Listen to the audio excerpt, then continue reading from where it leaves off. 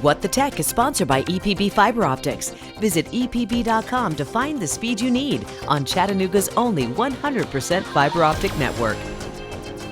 We're moving into spring cleaning time. Before you focus on windows, closets, maybe those ceiling fan blades, time to clean your tech devices. Okay, well, it's something you don't have to get off the couch to do, which you do with the other, though. Our consumer technology reporter, Jamie Decker, says just 4 steps will have your smartphone working better than ever. This is my kind of cleaning. You don't even have to put on your shoes. Grab your smartphone because in just 30 minutes, we're going to have it working as good as new. Over time, your phone gets cluttered with stuff you don't want or need, like that mysterious other category you might see when you connect your phone to the computer. The first step is opening settings and storage on your phone to review those large attachments taking up space.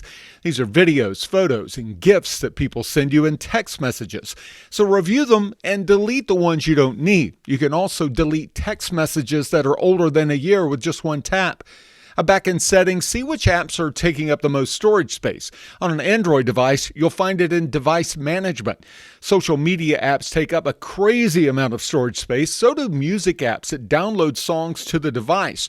The easiest way to clear all this out is to delete the app. Now, you're not going to lose anything by deleting the Facebook app. Just reinstall it to clear out the storage. And make sure you know your password before you do it, though.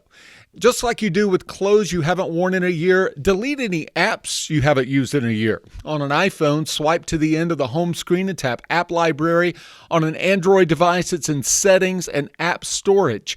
Delete any free apps you don't use. Those are constantly tracking your activity, and some of them continue running even when you're not using them.